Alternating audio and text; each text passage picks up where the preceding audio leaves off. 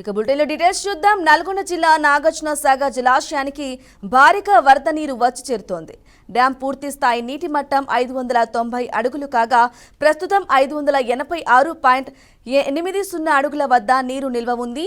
Dam పూర్తి స్థాయి నీటి నిల్వ సామర్థ్యం 312 టీఎంసీలు కాగా ప్రస్తుతం 304.4 టీఎంసీల నీరు నిల్వ ఉంది.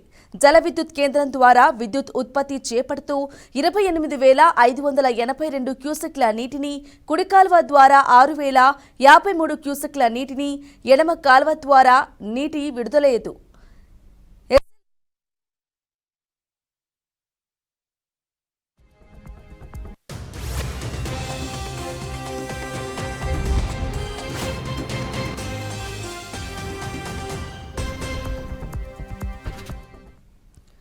జల విద్యుత్ కేంద్రం ద్వారా విద్యుత్ ఉత్పత్తి చేపడుతూ 28,582 క్యూసెక్ల నీటిని, కుడి కాల్వ ద్వారా 6,53 క్యూసెక్ల నీటిని, ఎడమ కాల్వ ద్వారా నీటి విడుదల లేదు.